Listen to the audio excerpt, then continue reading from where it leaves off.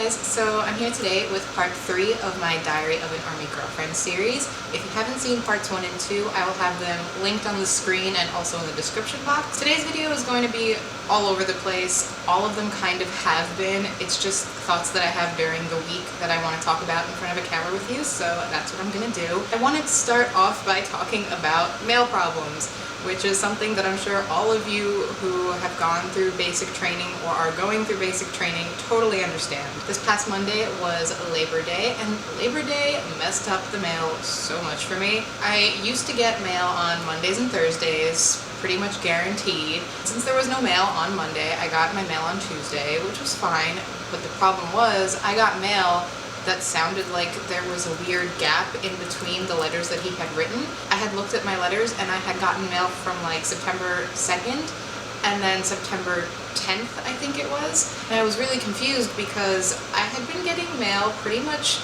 dated from every single day.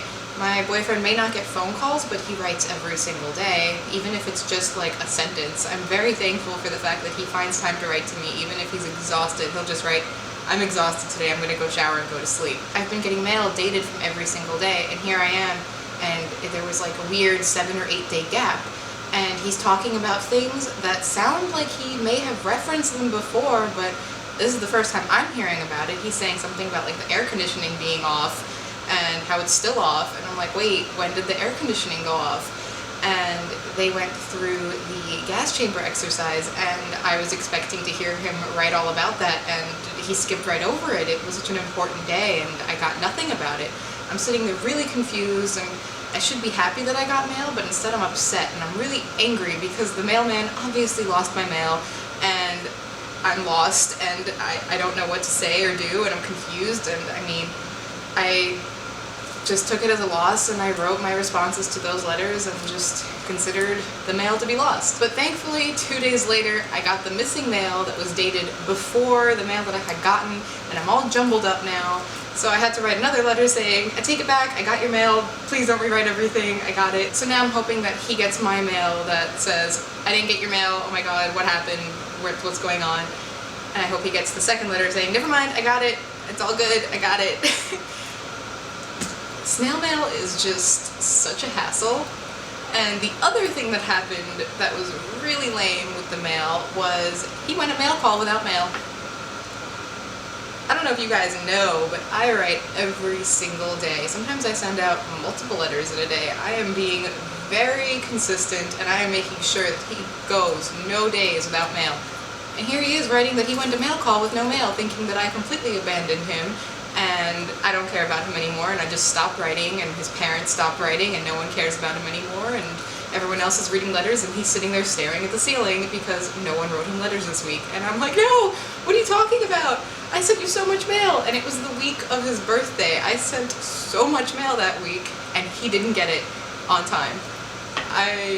My heart felt like it was being ripped at the seams, knowing that I had sent so much to him that week, and they didn't get it to him on time.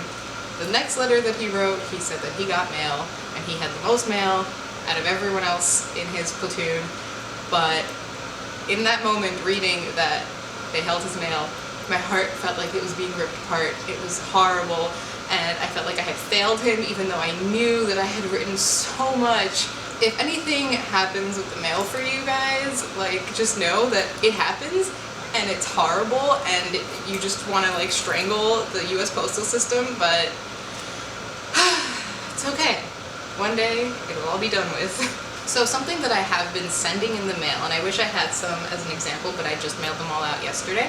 My boyfriend, the thing he keeps saying he misses most is music. He even wrote in one of his letters that he was hanging out with a bunch of the guys there, and they were talking about how much they miss music and what kind of music they listen to. And he said that if he had music, this would be like a cakewalk. So I took it upon myself to send him some lyrics. And I know I could have just printed out some stuff from like AZ Lyrics online, but I went the extra step and I wrote out all the lyrics to his favorite songs. I sent him at least 25 different songs in the past week, and they're all handwritten, which to some people might seem like I'm crazy. Why would I handwrite things when I can just press print and it'd be much easier? but I felt like if I'm gonna do it, I should do it right, and I should take the extra step for him because he deserves it. So I sat there for a few hours and I wrote out songs by hand, one by one, lyric by lyric, line by line, lyrics to songs that we both enjoy, that I know that he loves, and hopefully it makes it better for him. It's not like I'm sending him an iPod with his favorite songs on it, because if I could, you know I would, but I thought it was the next best thing to just send him a bunch of lyrics. I know some people send Bible verses and scriptures and stuff like that, but personally we are not religious people, so those things don't really apply to us. To us, music is very important. I really hope that he appreciates all the music that I sent him, and that whenever he gets a moment of downtime, he can look through the songs and just sing along to the lyrics, much easier than trying to remember them all off from the top of his head. So I don't know about you, but I would say that I'm a very sentimental person, and lots of things hold sentimental value to me. Some may call me a hoarder or a pack rat. I would disagree. In saying that, I have been keeping every letter that my boyfriend sends me while he's in basic training, and I have told him to hold on to all the letters that I send him. Some people keep a letter box of all their letters that they receive and send. Since I love the idea of a letter box, I decided to take it one step further and be slightly more organized, which is crazy for me.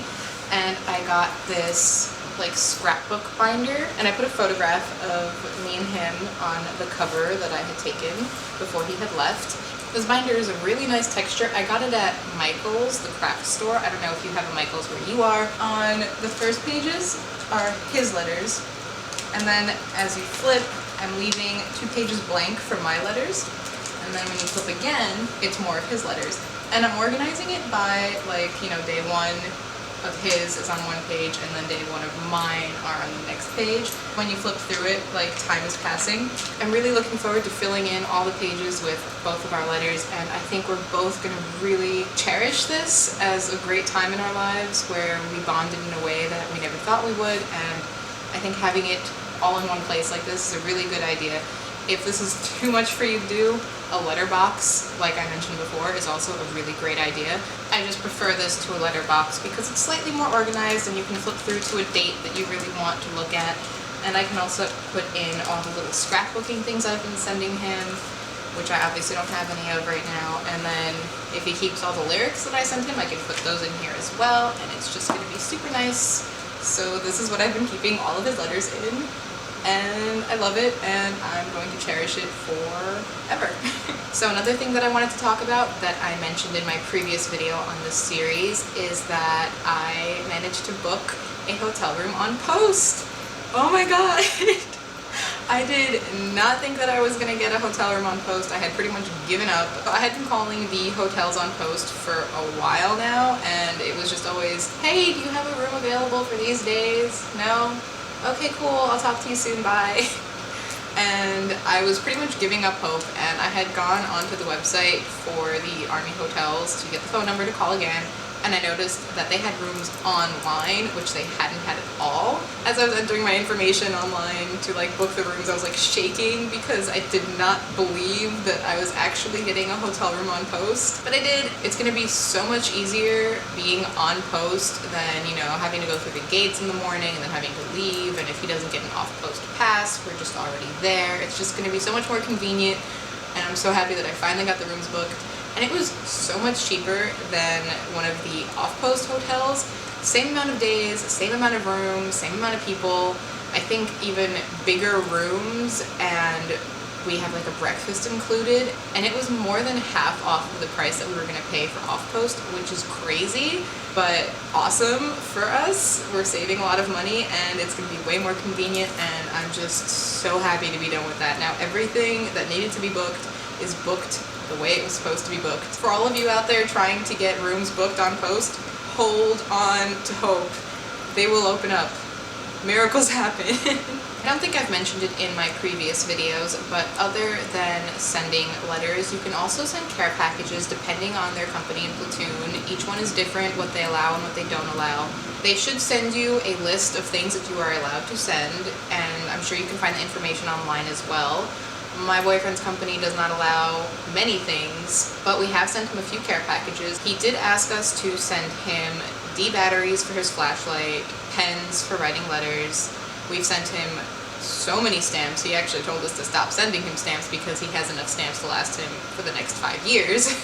But we're like, just get writing because you got all these stamps, you might as well use them. We've sent him lotion, we've sent him sunscreen, we've sent him chapstick. Everything has to be unscented, at least for him, which can be kind of hard to find sometimes, but it's out there. There are such things as unscented body wash and shampoo and deodorant and everything, which is hard to believe, but they're out there. I know some companies allow cough drops, but they have to be like menthol, sugar-free, plain, boring ones. And I know that the soldiers in training eat them like candy there, but his platoon specifically does not allow cough drops. But you can send care packages. I believe the largest size you're allowed to send is a shoebox-sized box from the post office.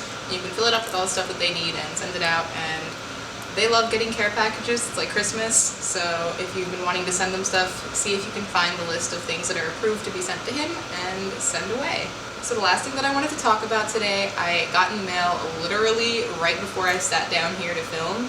And if my arm has been up enough during this video, you may have seen it already. I got a name tape bracelet with my soldier in training's name on it. It's super durable feeling. So I got my custom-made name tape bracelet from England's Kash Kreation's Etsy shop. She makes name tapes from all different branches. She makes keychains and a whole bunch of other stuff that is Army related. She also does Navy and Air Force and Marines and everything. And she has lots of different customizing options. I personally wanted his name in plain black because that's what it would look like on him, and just a plain black ribbon, and I got the United States Army logo emblem.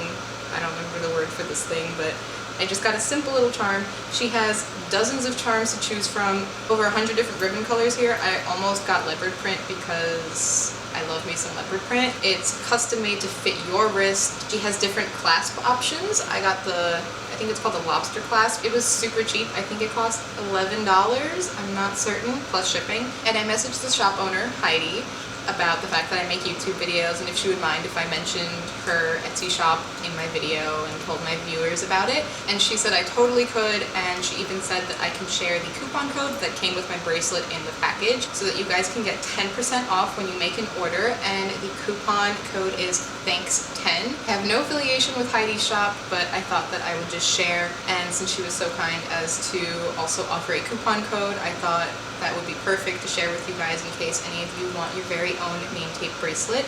I will have a link to her shop down in my description box along with the coupon code, unless you miss me saying it's just THANKS10. Cannot wait to embarrass my boyfriend with it because he's gonna think it's super lame, and I really don't care because I love it. So I think that's where I'm gonna wrap up today's video. I hope you guys are enjoying my Diary of an Army Girlfriend series because I know I'm enjoying filming them. If you have any questions or things you want me to talk about in my next video, make sure you leave them in the comment section, or if you just want to talk, that's what the comment section is for. I hope if anything you know that you are not alone in this. We are all going through it, we all know what it's like, and if you need someone to talk to, I'm here for you, and I'll see you guys in my next video. Bye!